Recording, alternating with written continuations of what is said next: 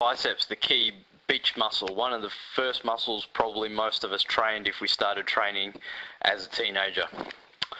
To really make the biceps grow, what we need to do is we really need to add some specific targeted overload sets to what often people train with too many maximum occlusion sets.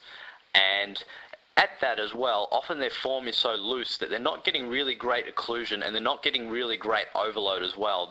The weight that they handle is probably too heavy to get really good maximum quality occlusion, and it's probably too light for if they were actually handling the weight properly with a nice, stable, powerful stance as outlined in the manual and in the demonstration, that they would be able to handle more in a specific target overload exercise and still hit the muscle with a greater weight. So a lot of people train with a weight that's in between, that neither does overload or occludes the muscle, gets them pretty average results, and they end up spinning their wheels for quite some time because it's neither here nor there. So the key again is specificity with our exercises and the intent of each set. So be very clear about what you're trying to achieve with each and every set.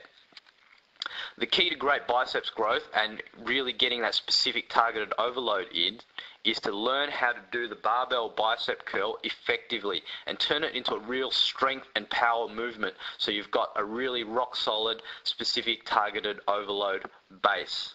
And then we can add some maximum occlusion set with dumbbells or lighter barbell movements on occasion to finish.